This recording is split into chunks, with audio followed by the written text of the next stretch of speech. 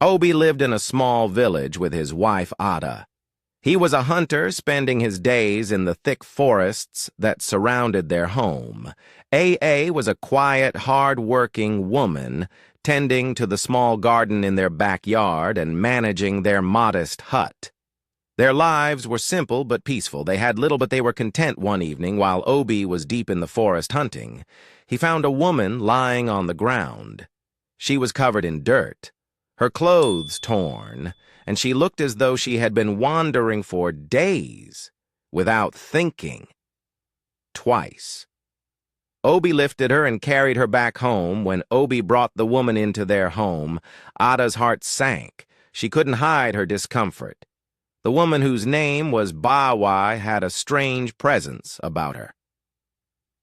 I couldn't shake the feeling that something was terribly wrong, but Obie insisted that Bissy was lost and needed their help. Kept quiet, but deep down, she didn't trust the stranger who now lay in their home the next day as the sun rose over the village. Obie prepared to go hunting.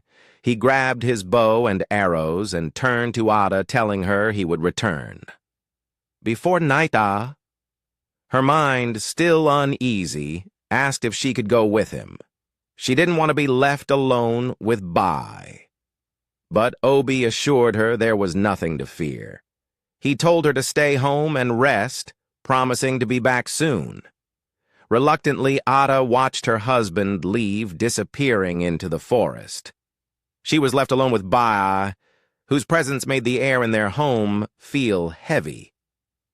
Tried to distract herself by tending to her garden in the backyard. But the thoughts of what she had seen the night before plagued her mind. She had seen something in B's room, something unnatural, something that should not be.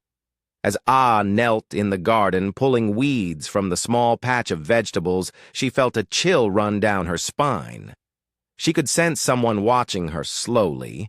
She turned around, and there stood Bissy, her dark eyes fixed on A. B's expression was cold, her face emotionless, but her eyes burned with a strange intensity. Stepped forward, her movements slow and deliberate. A's heart began to race. She knew what she had seen last night, Bai's true form, her body transforming into a snake. Had been too afraid to speak of it. But now, the truth stood before her. Bissy knew you should have minded your business. B's voice was low, filled with malice. You saw what you weren't supposed to say, and now I won't spare you. Adah's blood ran cold. She tried to move to run, but her feet felt rooted to the ground. B's body began to change her. Legs twisted together, growing longer, transforming into the massive scaly form of a serpent. Her eyes glowed yellow. Her mouth widened into a sinister smile, and her skin shimmered as the transformation completed before could scream. Bissy lunged forward. The giant snake coiled around her, squeezing her body with unimaginable strength. Struggled, gasping for breath, but the more she fought, the tighter the snake's grip became. Adah's vision blurred, her strength fading with each passing moment. Her body grew limp in the snake's grasp, and with one final squeeze, Bissy ended her life. After the dark deed, Bissy slithered away from the scene, her serpent form gone, and left the house as though nothing had happened. Bissy walked into the village market, her face calm and composed as if her hands were clean. She smiled at the vendors, exchanged greetings with the women buying and selling food, blending into the crowd as though she had not just killed in cold blood. Her disguise was flawless. No one suspected anything unusual about her. She wandered from stall to stall, pretending to be just another villager going about her day. Meanwhile, back in the forest, Obie was focused on his hunt when a strange feeling washed over him. It was as if the wind had whispered to him that something was terribly wrong. His heart raced and a chill crept up his spine. It wasn't a normal feeling. He had spent years in the forest, trusting his instincts. And this time they were screaming at him to go home without hesitating. Obie abandoned his hunt and hurried back to the village. His feet moved quickly, but the sense of dread grew with each step by the time he reached his home. He was out of breath, but there was no relief waiting for him. The house was quiet, too quiet. There was no sign of Bissy or Adah. Panic set in as Obie rushed inside, calling for his wife. No answer. He searched every room, but the house was empty. His heart pounded in his chest as he stepped into the backyard. There in the garden, he found Adah. She lay motionless on the ground, her body lifeless, her skin pale. Obie dropped to his knees, shaking her, hoping she was still alive, but her body was cold. His hands trembled as he looked at her, able to understand what had happened, desperate to save her. Obie scooped Adah's body into his arms and ran as fast as he could. To the village healer, the healer was an elderly man who had treated the village for many years, known for his wisdom and knowledge of both natural and spiritual remedies. Obie laid Adah down, begging. The healer. To save her. The healer examined Adah carefully. His face growing more serious with every moment, he finally looked up at Obie. Shaking his head slowly, he explained that it was too late. Adah was already gone. She had been bitten by a dangerous snake, and the venom had spread through her body, killing her. Obie was stunned. He couldn't believe what he was hearing. The village had never had a problem with snakes. In fact, snakes were rare in their area. People didn't die from snake bites, and to make it worse, nobody had ever seen a snake as deadly as this one. The healer, too, was puzzled, saying he had never encountered such a thing before. Something about it felt unnatural, like there was more to this than just an unfortunate accident. Devastated, Obie returned home. His heart was heavy with grief, and his mind was filled with questions. As he approached the house, he saw Bay sitting on the porch, tears streaming down her face. She was crying, as if she had just learned terrible news. Obie, still reeling from what he had just discovered, looked at Bissy in confusion. He hadn't told anyone about Adah's death yet, and Bawai wasn't even home when he found her. He hadn't said a word. How could she possibly know? Obie asked Bissy why she was crying through her sobs. Bissy replied that she was mourning Adah's death. This took Obie by surprise. He stared at her, his mind racing. How did she know he hadn't told anyone yet? And he was certain Bissy had been at the market. When he came home, he asked her how she found out. Bissy quickly lied, saying that she had heard the news from the women at the market. They had supposedly told her about A's death while she was shopping. But something about her story didn't sit right with Obie. He looked at her closely, his mind replaying the events of the day. BC had left the house before he discovered AA's body. She couldn't have possibly known what had happened before he did. The more he thought about it, the stranger. It seemed Obie's suspicion grew as he stared at Bissy. How could the market women know about AA's death if it had just happened? No one else had seen Adah's body except him. The healer was the only other person who knew, and he hadn't told anyone yet either, as Bissy continued to cry. Something about her tears felt false. Obie's mind began to connect the dots. He remembered the strange feeling he had that morning in the forest, the unusual signs that something was wrong. And now here was Bay already knowing about his wife's death. Before anyone else, the pieces of the puzzle started to fall into place a few days later. The time came to bury Adah. Obie gathered a small group of family members and close friends to say their final goodbyes, but not everyone came. Many of the villagers, including some of Obie's own family, had warned him about BC when he first brought her home. They had told him that something about her wasn't right, that there was a darkness surrounding her. But Obie had brushed off their concerns. He had believed that Bay was just a lost woman in need of help, and he hadn't wanted Toast to listen to anyone else now. Many of those who had warned him refused to attend the burial. They were angry with him. They felt that he had ignored their advice, and now Adah had paid the price. Some whispered behind his back, saying that if only Obie had listened, his wife would still be alive.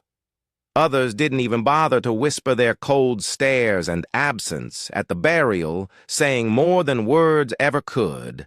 The burial was a small, somber affair. The air was thick with sorrow, and the few people who did attend stood in silence as Obie lowered Adah's body into the ground. His heart was heavy with grief after the burial of his wife, Adah.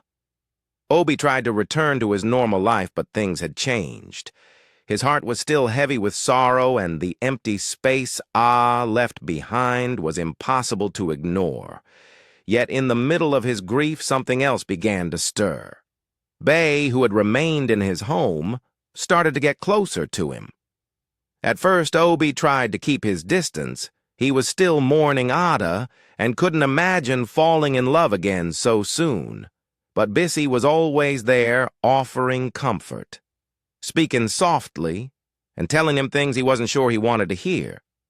She began to tell him that she loved him, that she was the one who truly cared for him, and that Adah's death had been fate. At first, Obie resisted her words. How could he love someone so soon after losing his wife? But Bissy was persistent. She cooked for him, took care of the house, and made herself a part of his daily life. Slowly, Obie's heart began to soften toward her. He told himself that maybe he deserved to be happy again. And before long, Obie found himself madly in love with Bay. The more time Obie spent with Bay, the more his life seemed to improve. His hunting trips to the forest became more successful, where once he would come back with just a few animals. Now he returned with his hands full of game deer, antelope, and wild boar. All seemed to come to him with ease. Obie would take the animals to the village market and sell them, making a lot of money. It wasn't long before he became one of the wealthiest men in the village. His hut was now filled with the spoils of his success, and the villagers began to take notice. People who had once cursed Obie for bringing Bay into the village, who had refused to attend Adah's burial, now came to him with open hands. They came asking for help, for loans, and for favors. At first, Obie didn't know what to do. He still remembered how they had turned their backs on him when he needed them most. But he also knew the struggles of living in the village. He was tempted to help them, to show them that he was not the man they thought he was. But Bissy, who had grown even closer to Obie, warned him against it. She told him never to give his money to anyone. She whispered in his ear that those people had not cared about him when Adah died, that they had mocked him behind his back. Now that he had wealth, they only wanted to take advantage of him. Bee's words were like poison, slowly seeping into Obie's thoughts. She convinced him that no one in the village was truly his friend, that they only wanted what he had worked so hard to earn. Obie listened to her each time someone came to his door asking for a loan or a favor. He turned them away. At first it felt strange to refuse, but soon it became easier. Obie had Bay by his side, and she made him believe that they didn't need anyone else together. They had all the wealth and happiness they could ever want. The villagers began to grumble some, whispering that Obie had changed, that the strange woman he lived with had turned him into a different man. But Obie didn't care. He was richer than he had ever been, and for the first time in his life, he felt powerful. He had BYY who seemed to bring him nothing but good fortune, and he had more money than he knew what to do with the warnings of the villages. The suspicions they had about BYY all faded into the background. Obie was too blinded by his newfound love and success to see the dark shadow growing over his life whenever Obie prepared to go hunting in the mornings. Something strange started to happen.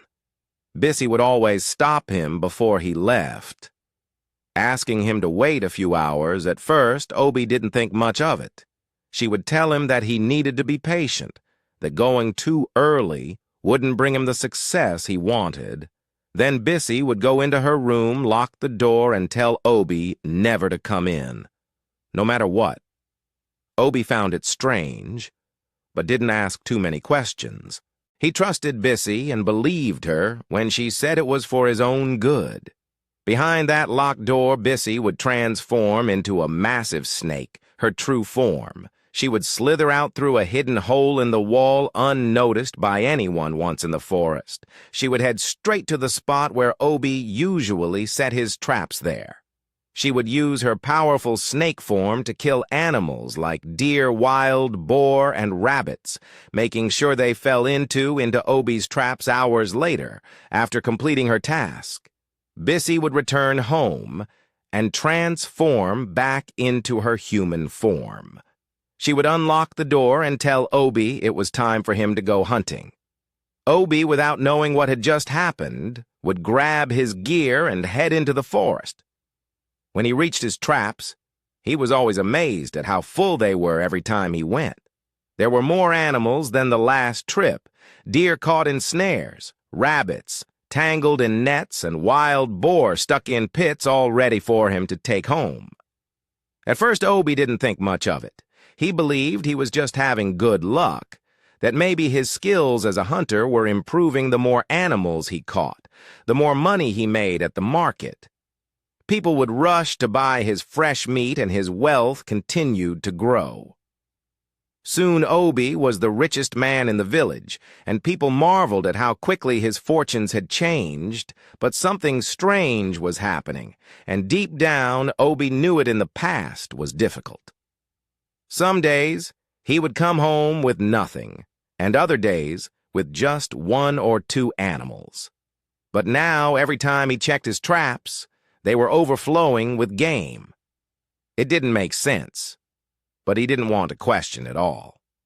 He cared about was the money he was making. The market women loved his meat, and he had more than enough to sell. Bissy, watching him from the shadows, smiled as her plan unfolded. She knew Obie was too blinded by his newfound success to see what was really happening each time.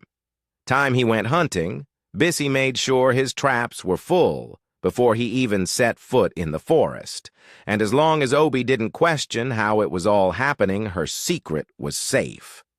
The villagers continued to whisper about Obie's sudden wealth, but he ignored them. He told himself that hard work and skill had brought him success, and he didn't need anyone else's approval.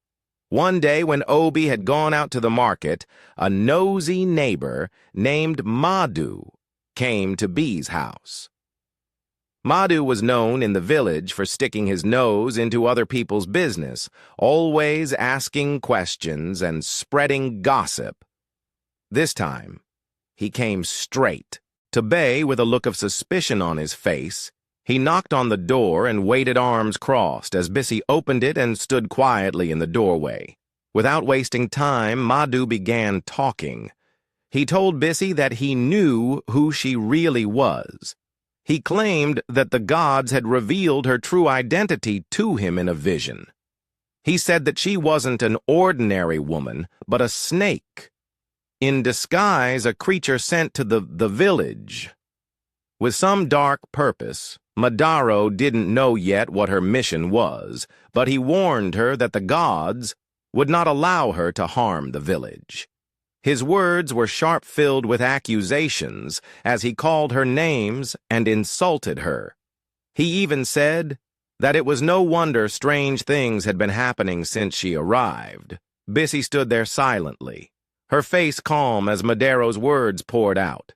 She didn't respond, didn't argue or defend herself. She simply watched him with cold, dark eyes, her expression unchanged. Madaro took her silence as proof that he was right. He puffed up with pride, thinking he had exposed her secret after throwing a few more insults her way. Madaro left, stomping down the road, muttering to himself about how he would uncover her true plans. Soon, 2 days passed after Madaro's visit, and life in the village continued as usual. But then something unexpected happened. Madaro went to his farm as he did every day to check on his crops. The sun was high and the air was hot and dry. As Madaro walked between the rows of his crops inspecting his plants, he suddenly froze in his tracks. There, right in front of him, a large snake appeared, coiled and ready to strike. Before he could move or cry out, the snake lunged forward and bit him on the leg, screamed in pain, stumbling backward and clutching his leg where the snake's fangs had sunk deep into his flesh. The venom spread quickly through his body, and within minutes he collapsed on the ground, gasping for breath. By the time some villagers heard his cries and rushed to help, it was too late. Madaro was already dead. Word of Madaro. Death spread through the village like wildfire. People were shocked and afraid snakes were not common in their village, and no one could remember the last time anyone had been bitten, let alone killed by one. The villagers gathered in small groups gossiping about what happened. Some people began to panic, thinking that something evil had come to their village. The strange events that had been happening ever since Obie brought Bay into his home suddenly seemed connected. First, Adah had died from a snake bite. Even though no snakes were known to live in their village, now Madaro, who had openly accused Bissy of being a snake, was dead too, killed by a snake in broad daylight. It was all too much for the villagers to ignore. Rumors started flying. People whispered that Bissy must be cursed, that she had brought bad luck and misfortune to their once peaceful village. Some even said that she was a witch, using dark powers to control Obie and bring death to anyone who opposed her. Others believed that the gods were angry and had sent snakes as a punishment for something the village had done. The villagers had had enough. They gathered together and decided to take their concerns to the king. They believed only the king could put an end to the strange things happening in their village. A group of elders, along with some of the most respected villagers, went to the palace to seek justice when they arrived. They explained everything to the king: the sudden deaths, the strange rumors about Bai, and the fear that had gripped the village. They pleaded with the king to do something about Bai before it was too late. The king listened to their concerns and agreed that something needed to be done. He sent a messenger to summon Bai to the palace. When Bissy arrived at the king's court, she appeared calm and graceful, as though none of the village's accusations bothered her. The king took one look at her, and to the surprise of everyone present, was immediately taken by her beauty and charm. He liked her instantly, and any plans to investigate the strange events in the village faded from his mind. The villagers who had been hoping the king would question Bay and get to the bottom of things were shocked. Instead of confronting her or asking about the deaths, the king welcomed her kindly and didn't seem to believe the rumors. He even praised her for her poise and composure, saying she didn't look like someone capable of such evil. Bissy left the palace unharmed, returning to Obie's house with no punishment or accusations. The villagers, frustrated and confused, returned home unsure of what to do next. They had hoped the king would take action.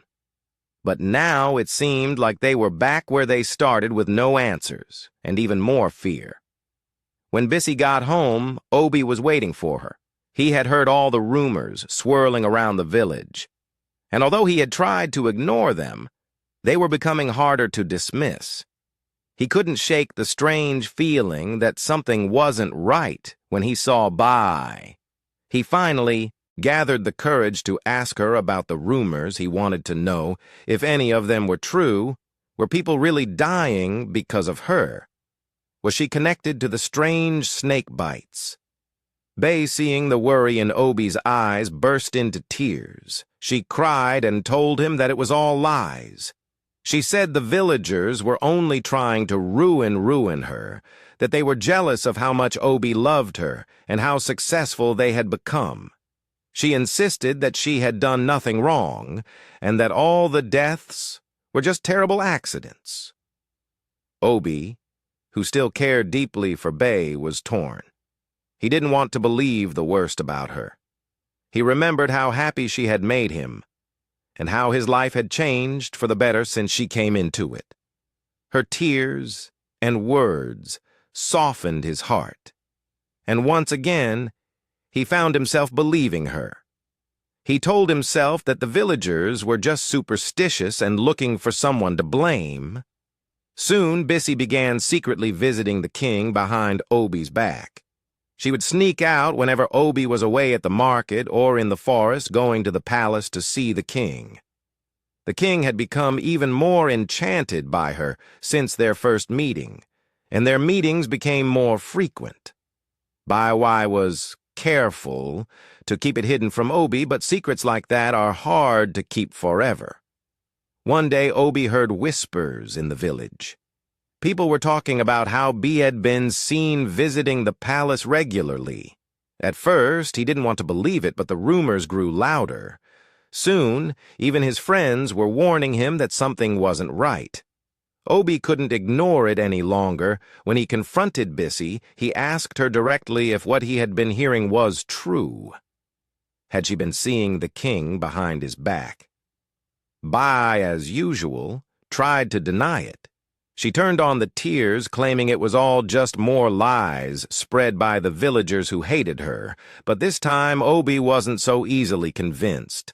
For the first time, doubt crept into his mind, and he began to wonder if Bissy had been hiding more from him than he realized. They had a big fight that night. Throughout that entire month, something strange also happened in the forest. No matter how hard Obie tried, he couldn't catch any animals in his traps every time he went hunting. The traps were empty. This had never happened before, and it made Obie even more suspicious. He started to wonder if there was a connection between Bay and his hunting success. Could it be that she was somehow controlling the animals in the forest, filling his traps before? And now, because of their fight, she had stopped. The more Obie thought about it, the more it made sense. Ever since Bissy had entered his life, his fortunes had changed. He had become rich, his traps had been full, and the villagers were afraid of her. But now, after their argument, it was as if his luck had run out. No animals, no wealth, no success. It was all too strange to be a coincidence. One day, after weeks of tension, Obie apologized to BYY, hoping to make things right. And just like that, the next time he went hunting, his traps were full again. The forest seemed alive with animals, and Obie couldn't ignore the strange connection anymore. It was as if Bissy had the power to control his fate. The thought made him uneasy, but he kept it to himself, unsure of what to do. Meanwhile, in the palace, the queen had also heard the rumors about her husband's affair with Bissy. It was no secret that the king had been acting strangely. Ever since Bissy started visiting, the queen confronted the king, demanding to know if the rumors were true. She asked him directly if he had been seeing Bissy in secret. The king, not wanting to admit the truth, denied everything. He told the queen that there was nothing between him and Bissy, that people were simply spreading rumors to cause trouble. He insisted that Bissy was just a villager and that there was no reason for the queen to worry.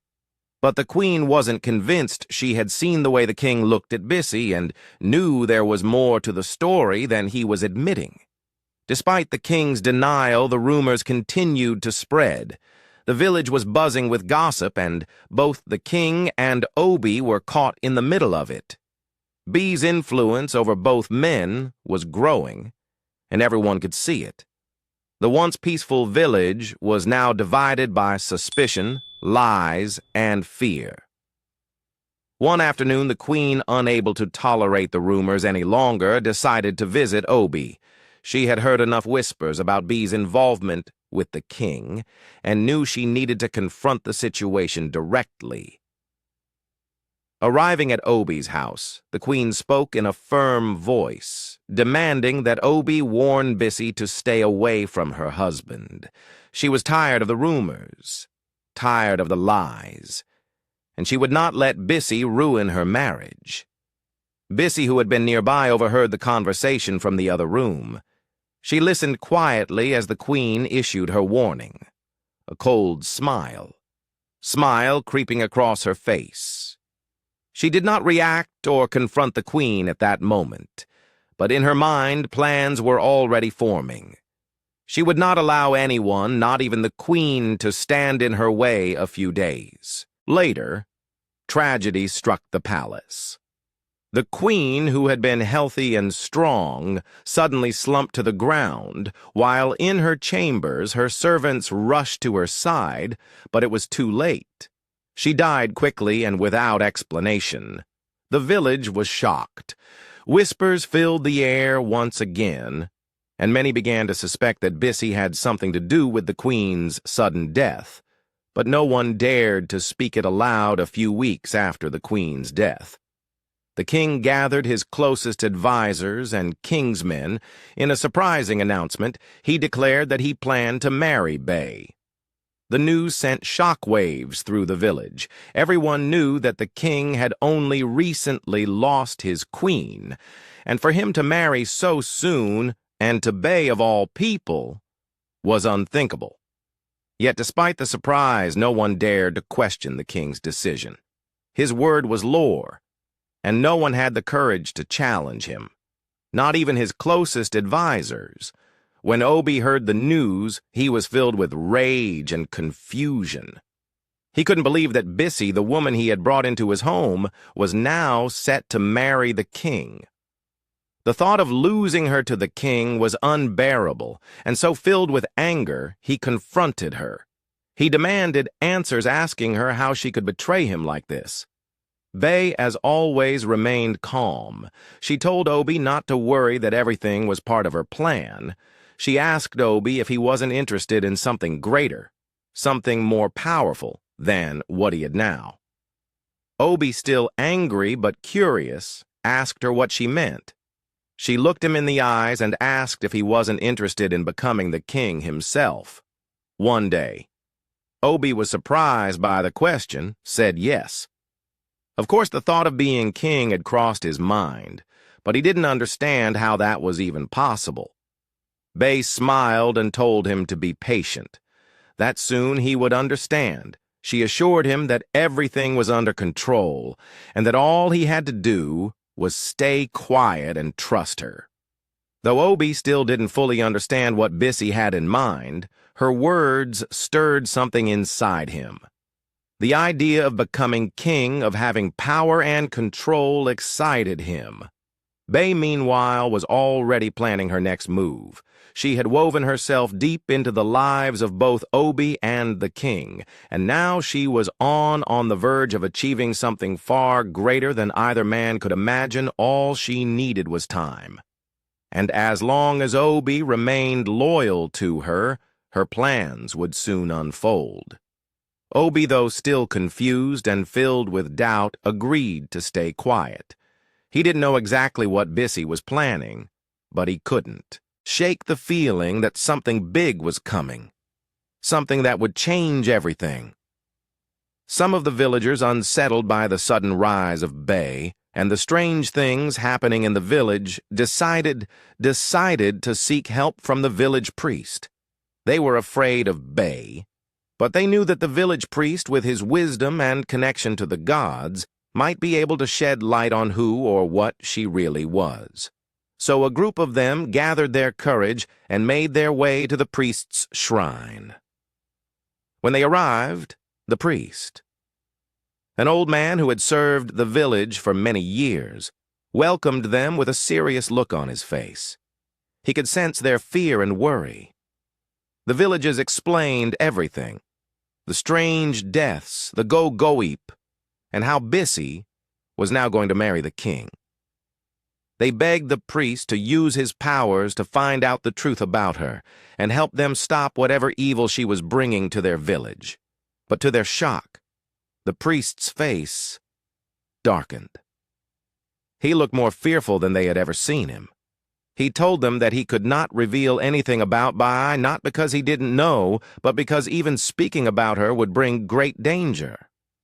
The priest trembled as he warned them that Bissy was no ordinary woman. She was far too powerful, and no one could stop her. Mission not yet. At least the villagers left the shrine feeling helpless. Even the priest, the man they thought could save them, was too afraid to do anything. Meanwhile, back in the village, the king went ahead with his plans and married Bee. The ceremony was grand, with all the king's men and chiefs present. The village was filled with whispers, but no one dared speak out against the king's decision. Bai, now queen, had secured her place in the palace, and her influence over the king only grew stronger. Obie watched all of this in silence, though Bissy had told him to trust her. It still hurt to see the woman he once loved marry the king. As the days went by, he tried to keep a low profile, but not everyone in the village was so kind. One of Obie's neighbors, a man who had never liked him, came to his house just to mock him. The neighbor laughed at Obie, calling him a foolish man for allowing the king to take his woman right in front of him. He jeered at Obie, saying, "Should have been more careful." Instead of trusting someone like Bai, Obie, filled with anger and shame, listened as the neighbor continued to insult him. The words stung, but deep down, Obie knew there was nothing he could do.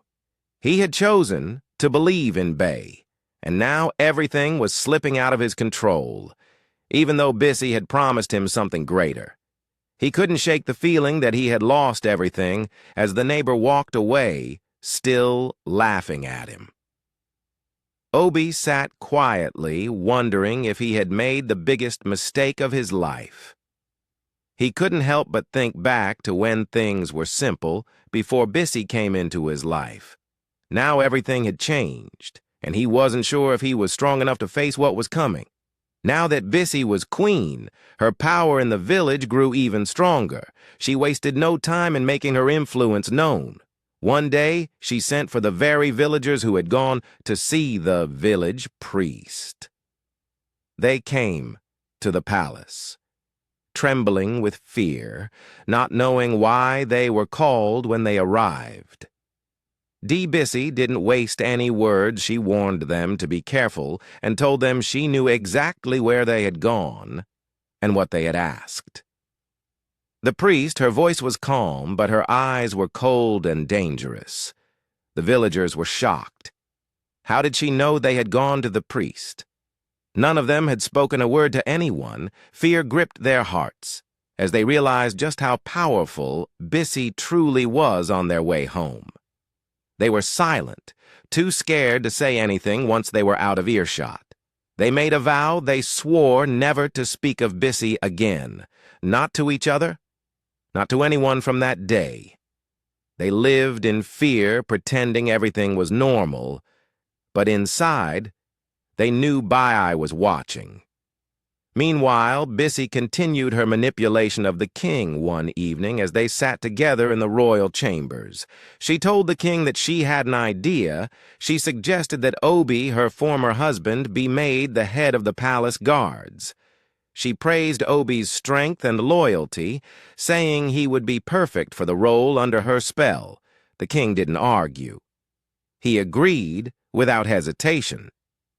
Trusting Bee's judgment completely, the news spread quickly through the village, and many people, especially the elders, were so angry they couldn't understand why the king would make such a decision, especially when they all knew about Bissy and Obie's past.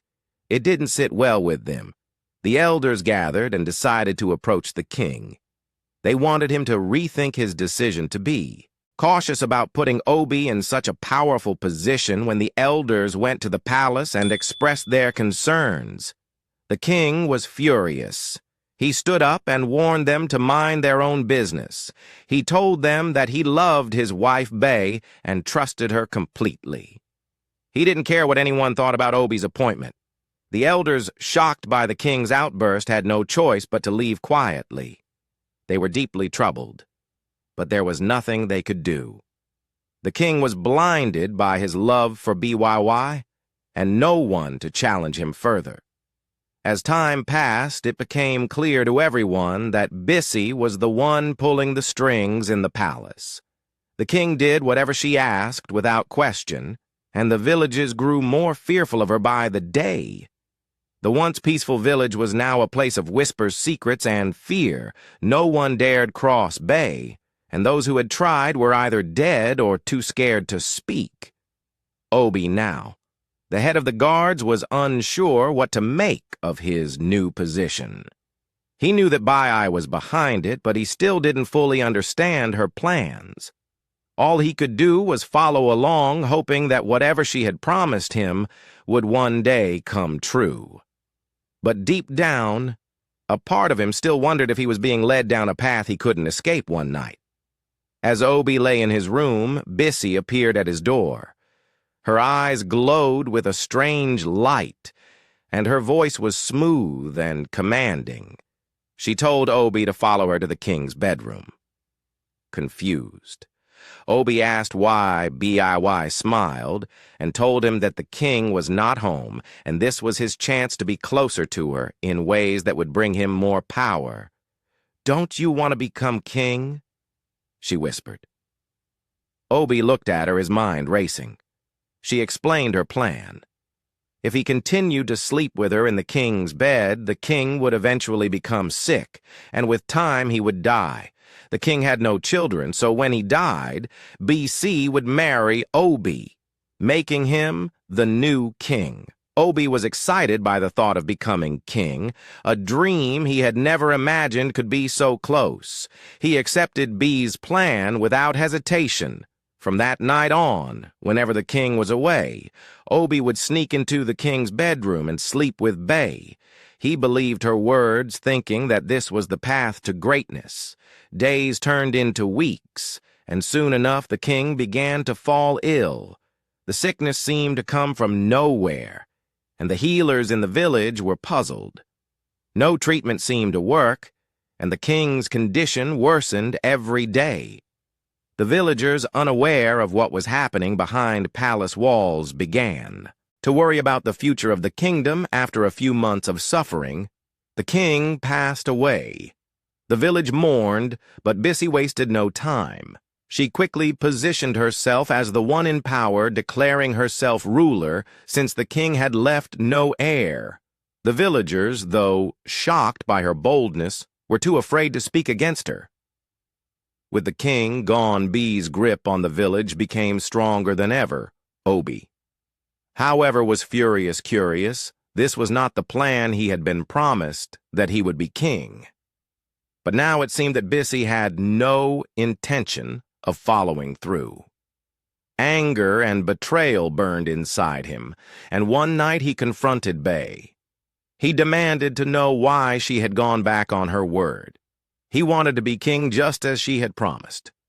Bay, unfazed by his anger, looked at him with a cold smile without warning. Her body began to change. Right before Obie's eyes, Bissy transformed into a massive snake. Her scales glistening in the dim light, she slithered toward him, her eyes glowing with a deadly light. Obie backed away in fear, his heart pounding in his chest as quickly as she had transformed. Bissy shifted back into her human form.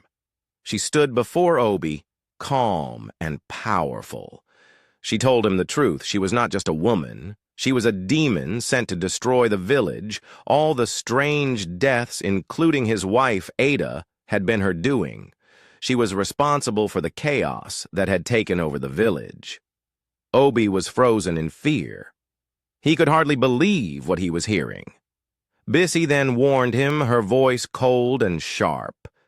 If he ever tried to tell anyone what she had done or who she truly was, he would join his wife in the grave.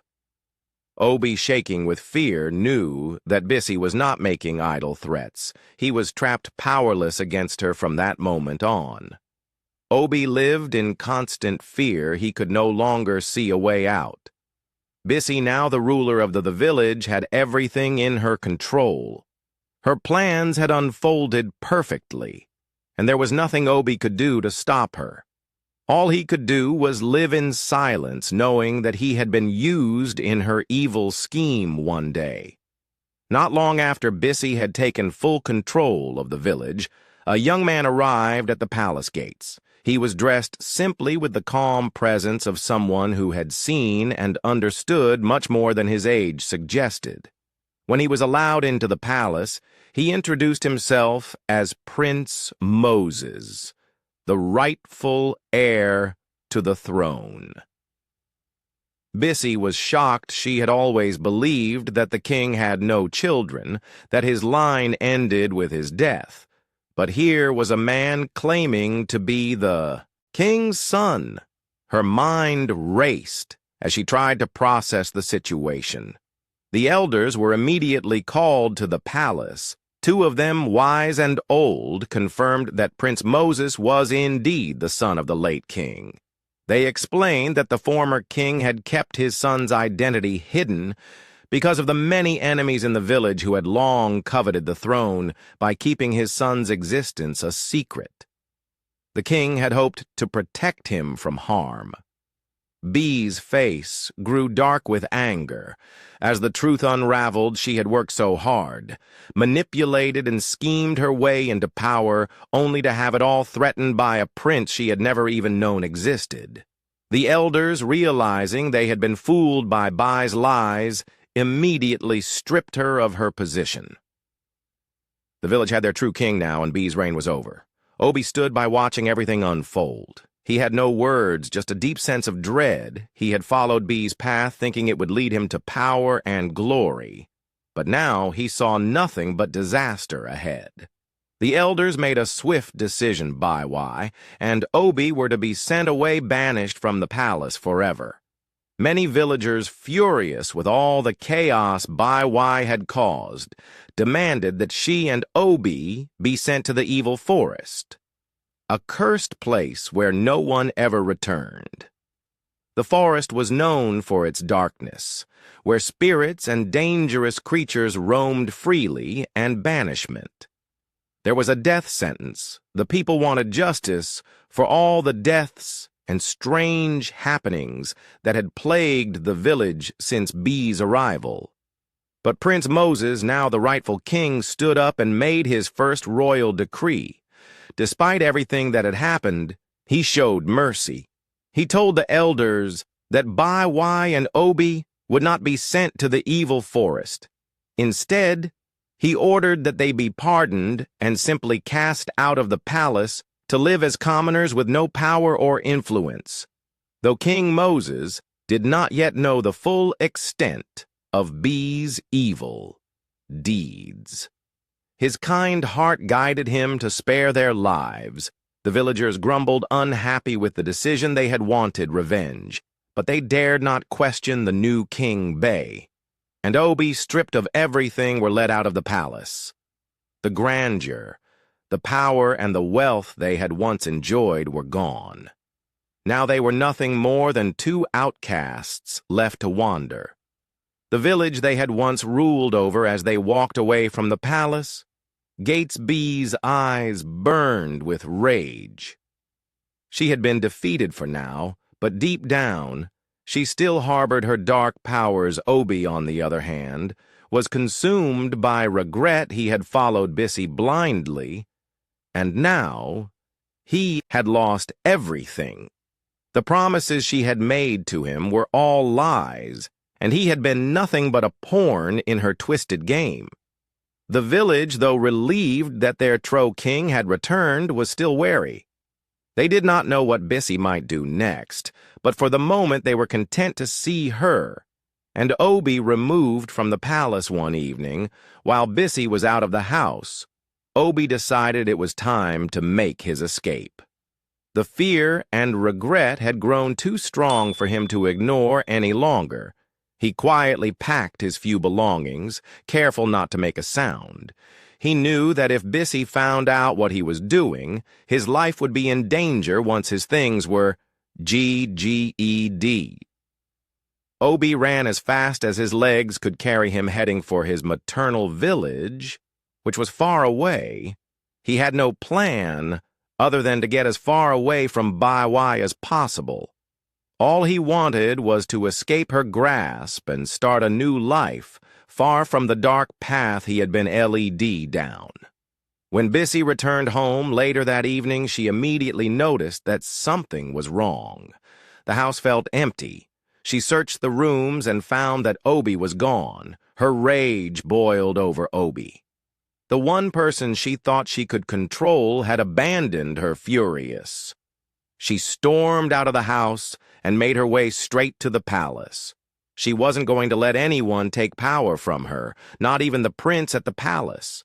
Bissy attempted to use her usual charm and cunning.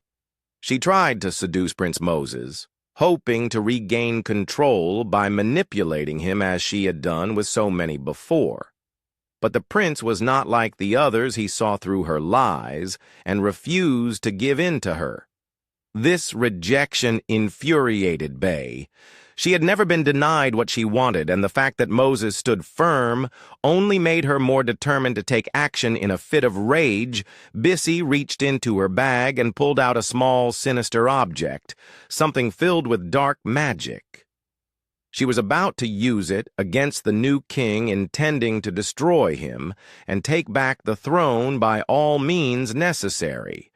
But before she could cast her evil spell, something powerful hit her from behind, as if the spirits themselves had intervened. Bissy fell to the ground, her body lifeless. The palace guards and the elders rushed to the scene, shocked by what had just happened. They realized that Bai's evil deeds had finally caught up with her. The villagers, who had long feared Bai, were relieved to hear that she was no longer a threat. Her body, filled with dark magic and wickedness, was taken to the evil forest. There it was buried deep within the cursed land where no one would dare go. The village elders made sure she was placed in the most desolate part of the forest, ensuring that her spirit would never return to haunt the village again. With Bissy gone, the village could finally breathe easy. King Moses ruled with wisdom and fairness, restoring peace and harmony to the land. The people no longer had to live in fear, and slowly life returned to normal. The strange events that had taken place over the past years became stories that the villagers would pass down from generations to generations. This story teaches that no matter how powerful or cunning someone may be, evil deeds will eventually lead to their downfall.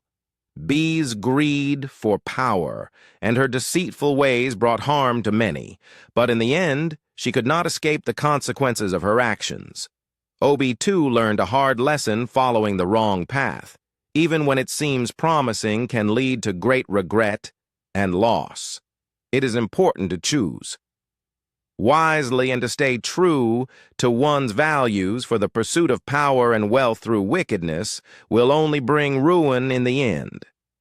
Dear viewers, if you enjoyed this story, please like, share, and subscribe. Don't forget to turn on notifications for more inspiring tales. Stay blessed, and thank you for your support.